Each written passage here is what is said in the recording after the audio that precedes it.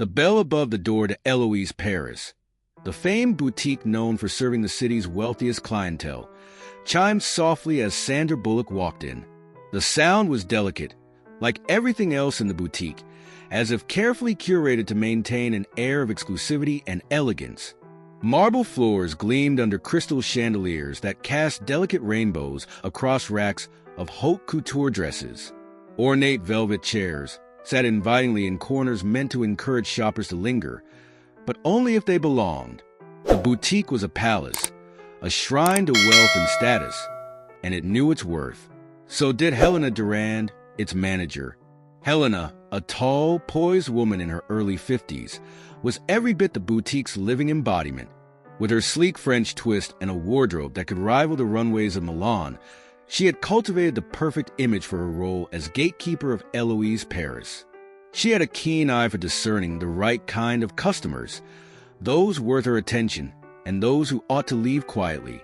Under her watch, every detail was controlled to perfection, every interaction a subtle assertion of superiority. Over a decade spent running the boutique, Helena had become known not just for her taste, but for her ability to subtly but effectively dismiss anyone who didn't fit the mold of Eloise Paris. Today, however, she was about to learn how little she really knew. Sandra stepped into the boutique dressed in a plain white hoodie, gray sweatpants, and a black cap pulled low over her face. Her casual ensemble was a deliberate choice. It didn't announce her as Sandra Bullock, Hollywood royalty. Instead, it made her look like someone who could easily be mistaken for a distracted tourist wandering into the wrong store. And that was exactly what happened. From behind the counter lined with glass cases of bespoke jewelry, Helena immediately noticed her. The casual attire, the unhurried gait, the lack of an appointment. Many women had walked into Eloise Paris before, desperate to touch the shimmering world of elegance they couldn't afford to own. Most left apologetically when Helena's sharp but courteous demeanor informed them they didn't belong. As Sandra quietly began scanning the racks, Helena's lips curved into a controlled smile. Another wrong fit. Helena swept across the boutique toward Sandra, her heels clicking softly against the floor. Sandra didn't seem to notice her. She was focused on a stunning black silk dress accented with subtle hand-sewn pearls, its fabric cascading like liquid midnight. Helena measured her words carefully, the tone polished, the undertone unmistakable. In the hushed opulence of the atelier, a symphony of whispers and the soft rustle of fabrics filled the air. As the impeccably dressed saleswoman approached, her voice carried a cadence as smooth as silk. "Pardon me, my dear madam," she uttered, her words flowing effortlessly from her lips. "This exquisite collection, a masterpiece of artisanal craftsmanship, is tailored to the discerning taste of the elite. May I venture to suggest that it might not align precisely with your personal aesthetic?"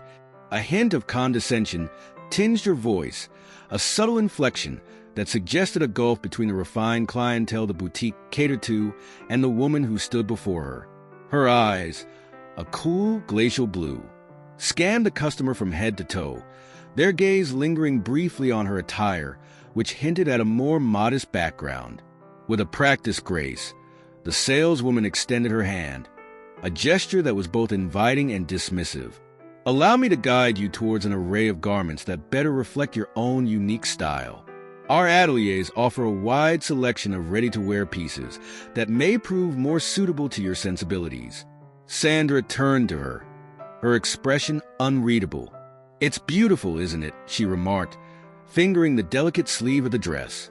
Helena nodded but leaned in closer, lowering her voice just slightly. "Quite. Though I'll admit, it's an acquired taste. Our clientele often lean toward pieces they can fully appreciate." Sandra smiled faintly, almost amused. Helena interpreted it incorrectly, as if Sandra finally understood her place in the room. "Well, don't worry about me," Sandra said lightly. "I can appreciate this." And with that, she continued browsing. Helena's steely demeanor wavered ever so slightly, her composure momentarily shaken. This brazen woman dared to defy her unspoken command to exit swiftly and without protest. With a flick of her wrist, Helena summoned Clara, her ever-obedient assistant, who approached with a mixture of trepidation and reluctance. Clara cautiously hovered near Sandra, her presence a silent but palpable threat. As if sensing the shift in power dynamics, the woman's defiant demeanor hardened. Her eyes met Helena's with an unyielding gaze, challenging her authority with an audacity that sent shivers down Clara's spine. The air crackled with tension as the two women locked gazes, each refusing to yield. In the sumptuous boutique, amidst an assemblage of patrician socialites and regal figures, a stirring drama unfolded. Sandra, a vision of serene elegance, glided through the racks, her movements as graceful as a ballet. The subtle rustle of silk and the soft click of heels reverberated through the hushed sanctuary, creating a symphony of anticipation. Like the murmur of a secret passing through a court, whispers rippled through the crowd. Pretenses of indifference shattered, replaced by an undeniable curiosity. Every gaze was drawn to Sandra's lithe form, following her progress as if she were a captivating dance on a gilded stage. The atmosphere crackled with a palpable tension. The air grew heavy with a mixture of longing, envy, and the intoxicating elixir of scandal. The grand chandeliers hanging from the ceiling seemed to dim momentarily, casting an ethereal glow upon the unfolding spectacle. Like moths drawn to a flame, the eyes of the elite were mesmerized by Sandra's enigmatic presence, unable to resist the allure of her irresistible charm. "What do you think?" Sandra finally asked as she turned to Clara, holding up a second black dress she had been examining. Clara, far less adept at maintaining the boutique's tone of detached superiority, blinked nervously. I think it would look." She trailed off, glancing at Helena as if silently asking for permission to speak honestly. Sandra raised a brow expectantly, and finally, Clara relented. "I think it would look incredible on you." The honesty quieted the room, and a slight smile tugged at Sandra's lips. Helena's jaw tightened almost imperceptibly. It was time to regain control of the situation. She stepped in, her voice firmer this time. "Mademoiselle, while it's touching that you've taken an interest in these pieces, I wonder if you might find something more appropriate for your taste elsewhere. There is a lovely boutique only a few blocks away that may carry styles better suited to you." The statement landed like a thunderclap. The store fell silent. All eyes shifted back to Sandra to gauge her reaction. But Sandra didn't flinch. She had faced far sharper insults and far tougher people than Helena Durand in her lifetime, and she wasn't about to lose composure now. Instead, she tilted her head, her expression calm, almost playful. "Do you think I couldn't afford it?" she asked, her voice rising ever so slightly above the hushed atmosphere. Her words hit Helena like a spotlight, exposing her condescension for what it was. Helena's cheeks colored, but she pressed on. "It's not simply about affordability," she said, a polished veneer of politeness masking her discomfort. "True luxury is subtle. It's for those who understand its value." Sandra chuckled under her breath. She briefly considered ending the farce then and there, but instead decided to play along just a little longer. "Let's see," she said simply before picking up the original black silk dress and heading to the register. Helena watched, her confusion quickly turning to indignation as Sandra placed the dress on the exquisite marble counter. "What are you doing?" Helena finally asked, straining to maintain her carefully controlled demeanor. Sandra didn't bother turning around. "I'm buying it," she said plainly. Then, she slowly removed her sunglasses. The impact was instantaneous. The realization hit Helena first, her face draining of color as Sandra Bullock's identity became impossible to miss. Sandra wasn't just someone who could afford the dress. She was Sandra Bullock, global star, Academy Award winner, and, as Helena quickly recalled, someone rumored to have once purchased an entire couture collection during Paris Fashion Week.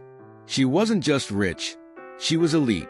The once invisible tension in the room broke audibly.